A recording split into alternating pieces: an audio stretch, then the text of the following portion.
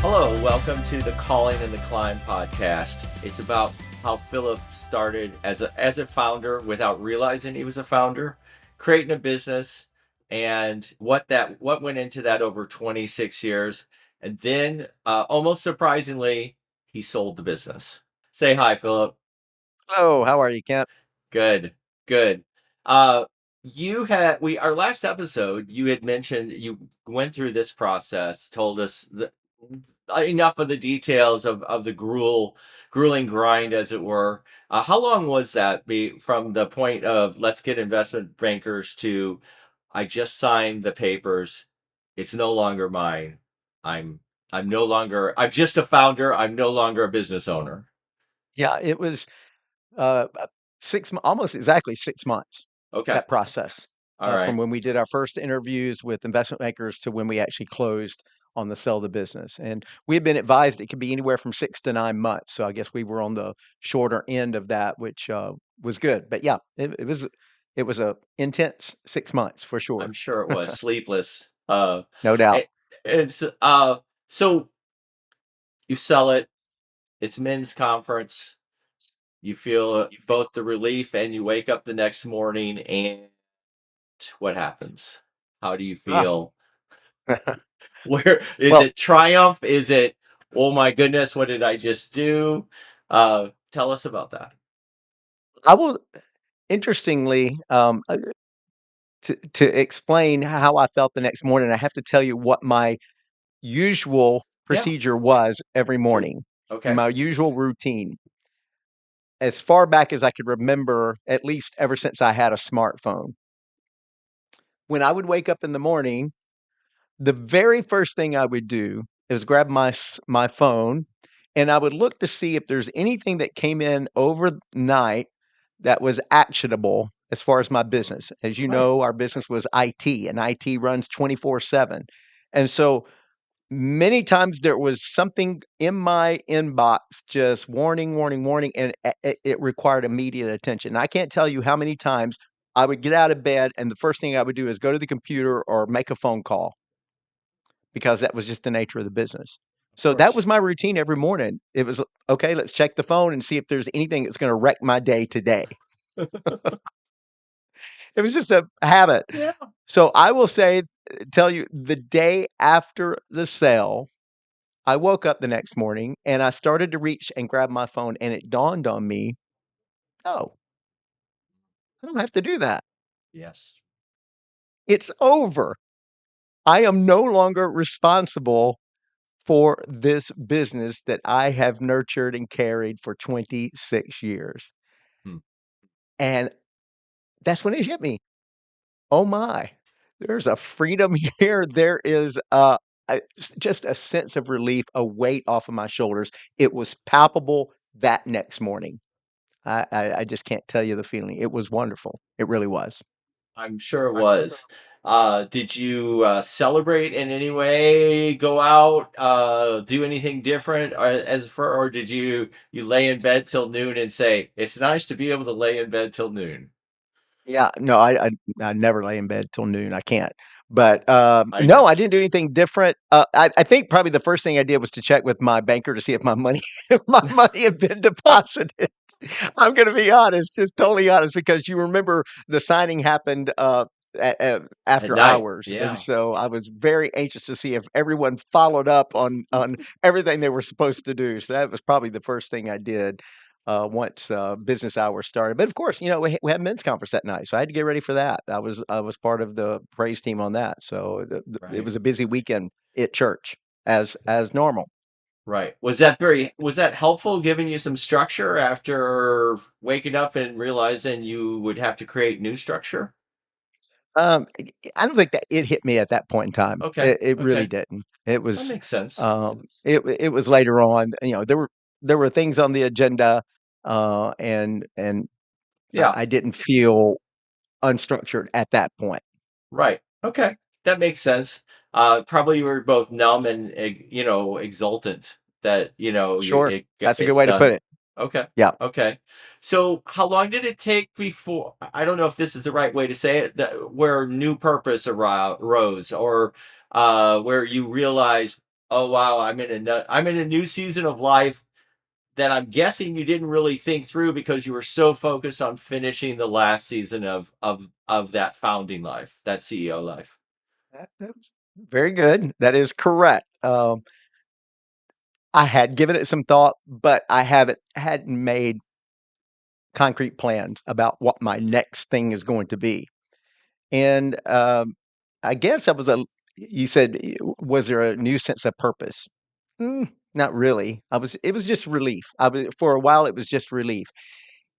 And I guess I was a little naive in thinking, okay, I'll take some time off, maybe a week, maybe a couple weeks, maybe a month. I'll just kind of chill out, and then I'm going to go and pick up another project. And here we'll go. I had ideas in my head. Maybe I'll start another business, something totally different. And I'll rest, and then I'll do that. But I didn't have a definite purpose other than let's try to diversify and do something else. I'm still young. I can. But I will say you entered into the picture, just a little bit prior to the sale that kinda put something in my mind, and I don't know if you remember that call or not, but I Kent, do. you called me, and you had no idea what I was going through at the time, but it None. was literally weeks, maybe a month, maybe to a month and a half. I don't remember. I'd have to look at the calendar, but it was we were in the final stages of the sale, and out of the blue, I got a call from my friend Kent Curry. And, Kent, you and I have been friends for many years, Right. but, we're not the kind of well, be honest with you, I don't call anybody up just to shoot the breeze. I'm Right. a very I'm a very Likewise. business yeah, yeah, if I Likewise. call you, I need to know something or transact Right. something, so I don't just call, "Hey, Kent, how you doing? Just wanted to talk to you today." So we weren't like that. Yeah. So when you called me, it was out of the ordinary, Yes. and if you remember that call, why don't you I tell. So I do because I don't know if I don't think I've ever done that before or maybe ever Interesting. will. So the For whatever reason, I was at my mom's house in my mom's garage. She lives near my house, and I was in there. I think I was heading in the house, and out of the blue, and I can only say it's the Lord. I realized Philip needs to do a podcast about his business experience. He has valuable information that he can share. And of course, I didn't know you were selling the business. I just assumed that would be something as you kept going, because obviously I was aware of you running Logic Force from a distance. I was in St. Louis, you're in Nashville, but we, like you said, we'd worked on some major projects before, Sure. and then some minor projects and so on. And so I was like, and I just knew that was right, and I just knew it was from God because it was so random. I don't Nothing personal. I don't spend time thinking about you. You know what I mean? I Likewise, don't, yeah, likewise, likewise, right. Kip. I don't go. I wonder. I need to plan some ideas for Philip and what to do with his life. Like I just don't do that. I don't do that. And so then I was like, the more it hit me, it was like, yes, this is I think there's a lot of content. He's got a lot of example or a lot of experience that he could share. A lot of people could learn from this. A merging of business expertise and a walk with God. And so I think I texted you about a call, if I remember correctly. I think I texted you, and Yeah, then I think you're right. I just called, and it was like I think I said something like I've never done this before, but I need to tell you Let me something. Yeah, you let me go. pick it up from that point because I Yeah, remember exactly because, again, I was in the middle or really at the tail end of this process of selling the business, and as I've mentioned, it was super confidential. hmm, So I outside of the people working directly on the transaction, I had told only one other individual, and that was my brother, yeah, who I'm very close with, and just to let him know what I was going through and what I was doing. No one else knew, no one. And so I get this text from Kent, "Hey, can you take a call?" "Yeah, sure." So he calls me, and the first thing out of his mouth was, as I remember it, um, "Philip, I never do this, and I feel kinda weird, but I wanna say I believe this is a word from the Lord. I know what you need to do with the rest of your life." that sounds like me. And I don't know if you could hear my jaw dropping or not over Mm. the phone, but my first thought was, "How does Kent Curry?" excuse me, how does Kent Curry know that I'm selling my business? I've told no one. How does he know? And of course, I didn't tell you Right. because it was super confidential. And but I was like, okay, yo, do say. And that's when I think you need to do a podcast about your experience in building a business and your faith walk and how that informed a lot of your decisions and what you did. And I'm like, wow, that Kent, yeah, that sounds like a great idea. Let me think about that. And the whole time my heart is just racing because I'm receiving it as you intended it. It's a divine word that the Lord inspired you to call and tell me that. And so after we hung up on the phone, I never told Kent I'm selling the business, but I thought, "Oh Lord, you've just given me the roadmap for what I'm gonna do next. That's what I'm gonna do. I'm gonna do this." So I couldn't really think about it then because we were under that intense pressure of moving to the sale, but I kind of put that on the back burner and I thought, okay, that I'm going to pick that up as soon as all the aftermath of the sale. And that's what I'm going to do. I'm going to do a big podcast. Had never thought about doing one before, but Right. okay. And so, I think after the sale, I called you at some point in time and said, "Hey, Yes. you're not gonna believe this, but when you called me, I was right Right. at the finish line of selling my business, and thank you for that. I think I think I'm gonna do that." And you actually sent me some ideas. I mean, Yes. I sent very you a bunch good. of podcasts to Yes. review and stuff. Yeah. Exactly, and so you were like my coach, and so I I I thought, "Okay, I'll take a couple of weeks off," and then, I had some other things I wanted to do, but, I thought this podcast will be a focus of mine. And so, Kent, after a little while, I sat down at my computer, I brought up a Word document, and I let me just type out some notes here of my first episode, just kinda introduce it. And I typed maybe 3 bullet points, and it was like, "Okay, what next?" I just couldn't get anything. I'm tired, so I'll shelve it, come back in a week or so. So I did that off and on for a few months, and I will tell you, I couldn't come up with anything. It was just nothing. Wow. Wow. So I didn't think much about it. I mean, it kind of frustrated me a little bit because I do content all the time. I do presentations. I Yeah. teach at Yeah. church and so forth. And so it's not hard for me to come up with a lesson. It's pretty Yeah. natural, and I can do that. So I'm like, why can't I do this? And every time I would try, it was just like it was just a closed door. It was weird. Mm. Mm. So I put it aside, and I didn't understand. I didn't realize is that the previous 3 years, 2.5 years of my life have been so I had been under so much pressure, Right. and so much had happened in that length of time. Sold the business, had some betrayals in the business, had to turn around and come back, refocus, COVID crisis, lost my mother, lost my dad. All of that happened in a space of just about 2.5 years. Not only that, there were other changes in my life in that my pastor at my church, who had pastored our church for 38 years, and I had been going to that church for over 30 years. So he had been my pastor. He'd been the longest. Uh, I'd had him as a pastor the longest of anybody in my life, Right. and I highly respected him and sought his counsel and used his example of leadership a lot in my own leadership style and so forth. And so he had announced a few years prior that he was going to be stepping aside, and we would go through a transition period and bringing in a new pastor. And it was a planned thing. He was going to become the bishop, but no longer the pastor. And so I'm on the church board, and so obviously I am part of that transition plan. I'm also the secretary treasurer, so I'm managing the finances of that. So I was involved in that. That happened during this period as well. So I've lost my business now. I've sold the business. I've lost my parents, uh, and I lost my pastor.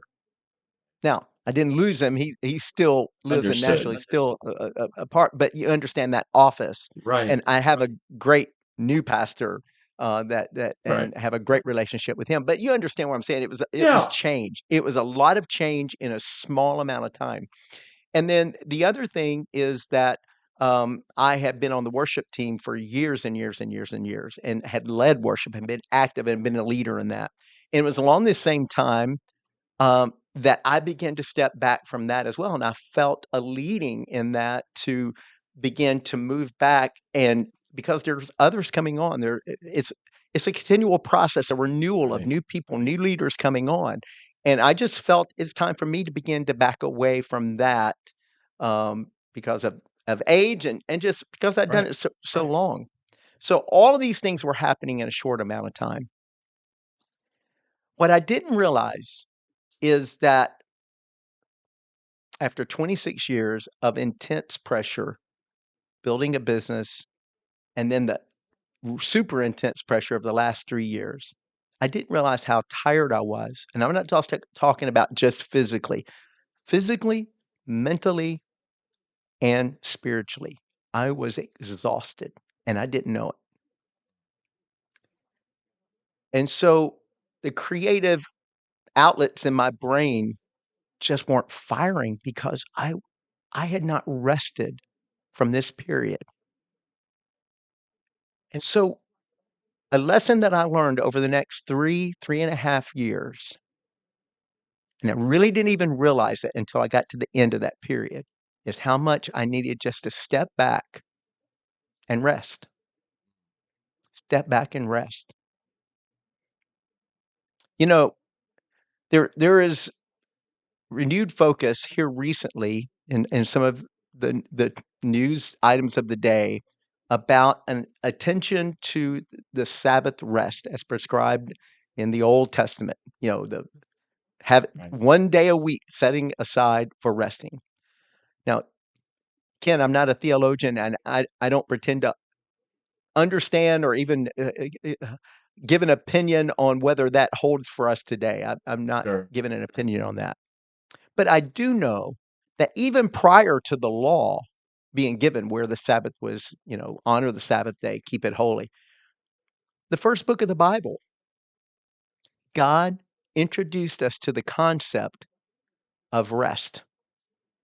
Not True. continual work, not continual pressure, but creative, creative, creative, create, do your work, then rest. Mhm. That was the model in Genesis 1. As a matter of fact, when the nation of Israel went into captivity, or Judah, the southern kingdom, went into captivity in Babylon. You remember how long Yeah. they were in captivity? 70 S years. True. Bible says in when God gave the law to Moses, he prescribed not only a Sabbath day of rest, but he said every seventh year, you've got to give the land rest. Don't plant any crops in that seventh year. Let the land rest. And the Bible says that they were in captivity for 70 years to give the land the rest that they had neglected to follow the formula. Again, I'm not a theologian, but all this is going through my mind in this 3.5 year period after the sale, where I can't seem to be the creative outlet that I have been the previous 26 years, till I got to the end of it, and I realized I needed to step back and rest in every way.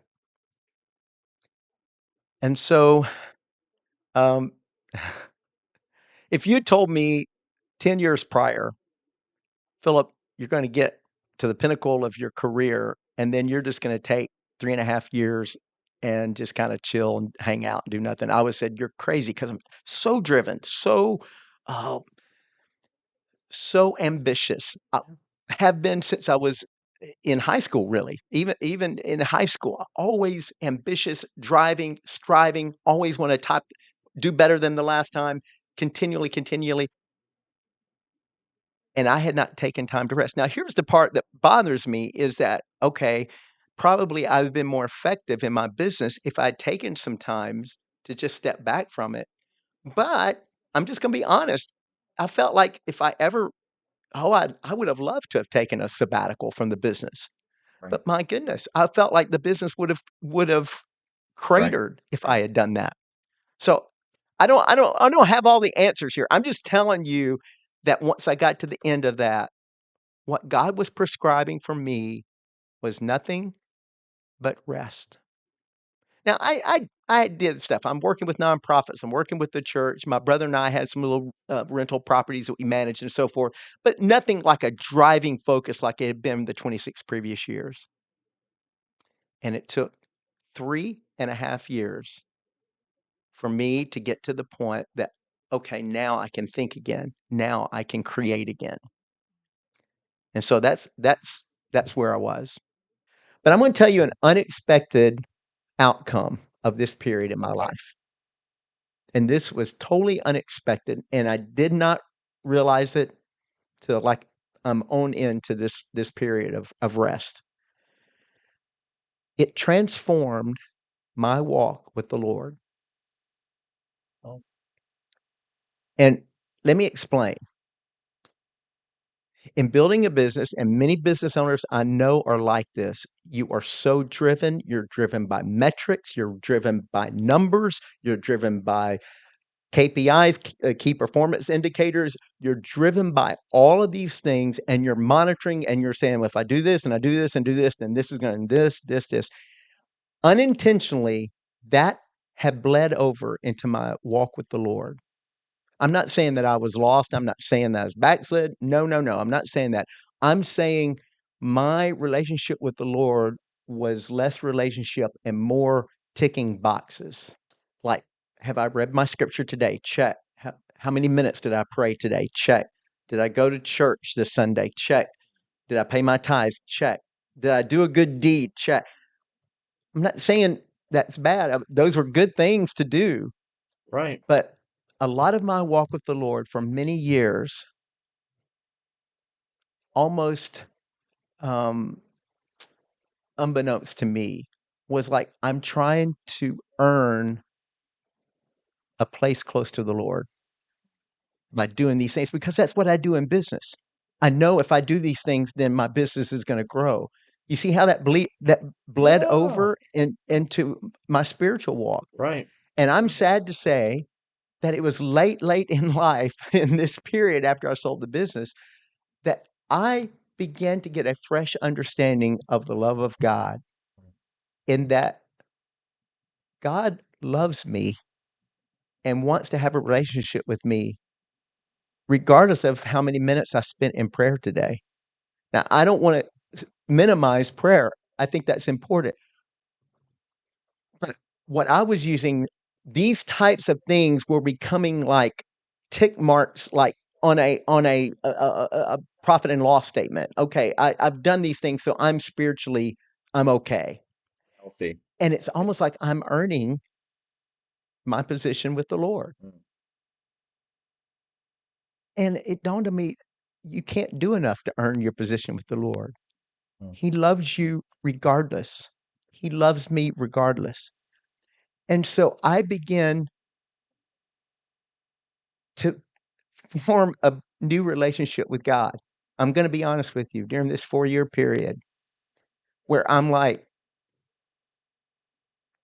I'm not timing my prayer today. I just want to talk to you, Lord. I mean, who calls a friend and says, "Well, we're going to talk for 15 minutes, or we're going to talk for half an hour. And I'm going to hang up." I Right. mean, who does that? Right. Timer. Timer. Yeah. And so I began to let go of that rigidity and just get to know God. Mm, And He began, just begin to talk to me in ways that I'd never heard before. I'm sure He had tried to, but I was just too rigid. right. Right. And so, what was so good an outgrowth of just getting away from the business was that I could give without calculating ROI. I could invest without calculating what is the return on this. Not even worried about that. I could love without measuring that love. And that gave me so much freedom. I cannot tell you. It didn't happen overnight. It was a process. And I don't think it could have happened until I kind of backed away from that intense pressure of just always trying to make my numbers, always trying to make the mark. Yeah. I mean, that's real, whether you own a business or not. Yeah. So that was an unexpected outcome of post sale. The day Mhm. after the sale, it didn't happen the day after, but in that period. So going back to doing the podcast, you had called me and I tried several times, just couldn't get anything to happen. And so it gone on. I just kind of shelved it and said, yeah, at some point maybe I'll do this. Just kind of shelved it, and every once in a while I'd come back to it. Nothing until one day I'm driving. I'm going to go running. I like to run, and so I was driving to this place where I like to run, a greenway, and I was just praying. Again, one timing it, but I'm just talking. It's just me and God talking.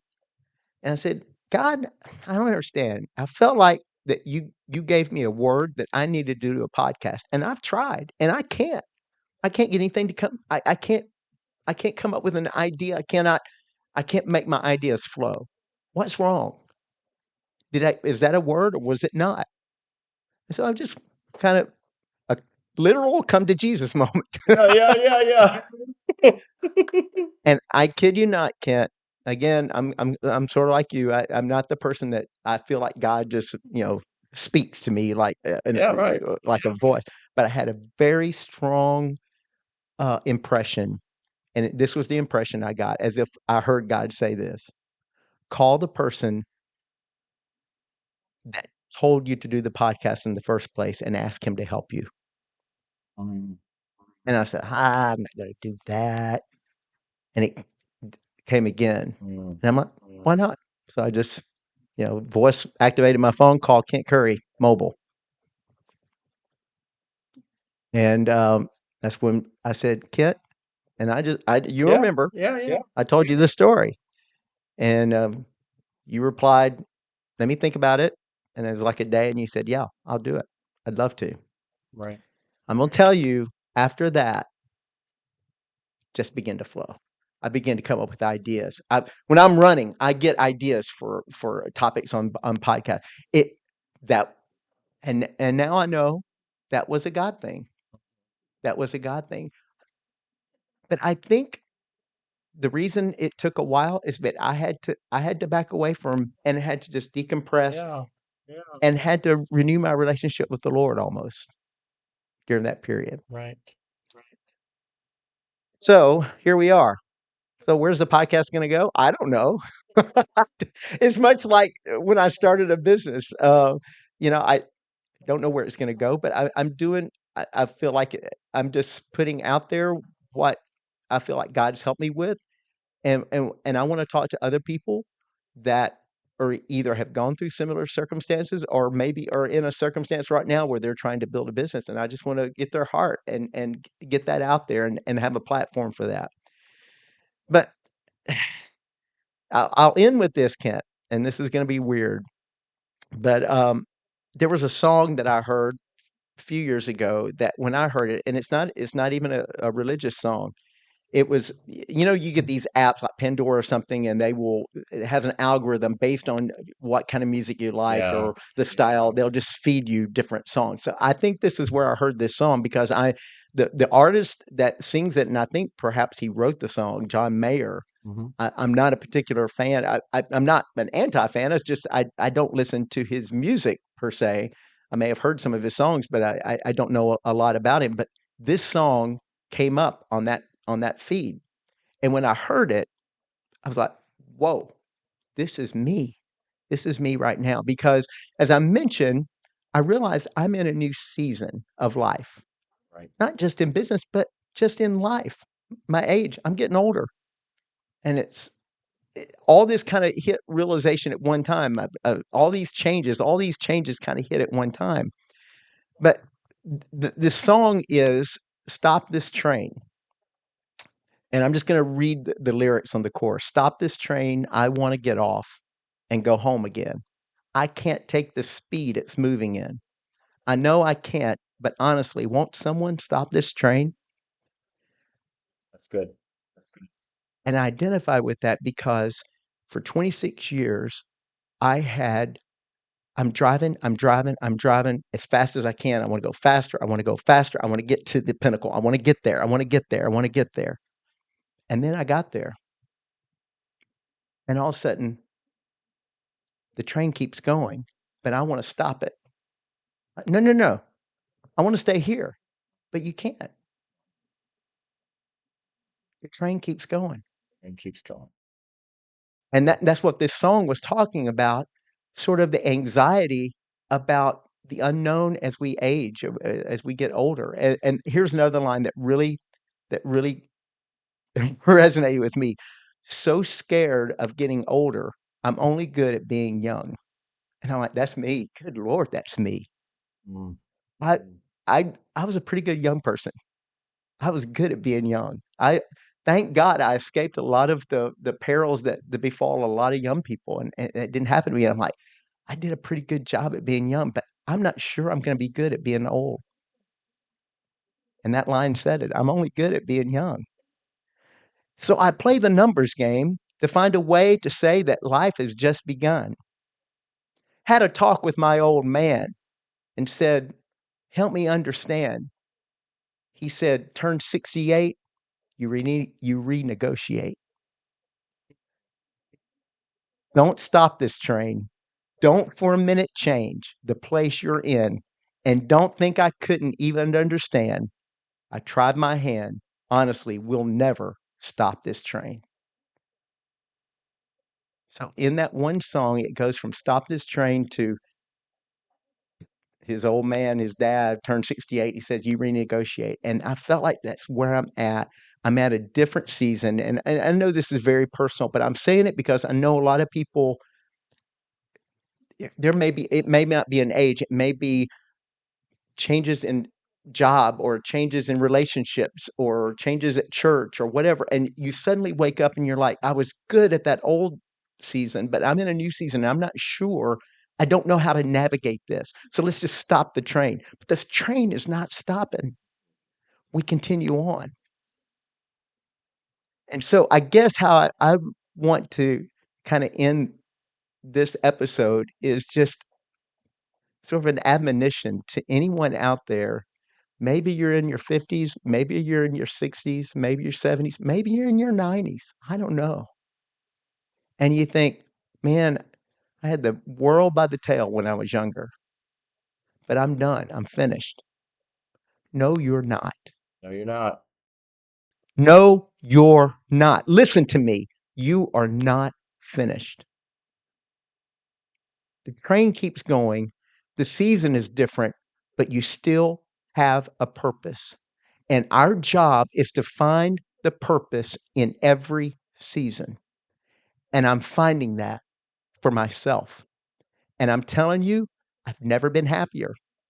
I've never I've never felt more in the will of God than I am right now because I feel like it took me a while to get accustomed to this season, but I'm here and I'm not doing the same things I used to do, but I'm doing things that are meaningful and that bring purpose. And I feel like God is blessing and anointing. So I'm telling you, maybe you used to pastor a church. Maybe you used to lead a youth group. Maybe you used to lead worship, used to sing in the choir. Maybe you used to run a thriving business. But now those days are over. And you think, well, I'll just sit down and die. Don't do it. Do not quit before God tells you your assignment is done. And I see it. I see it in people. I see it in people my age.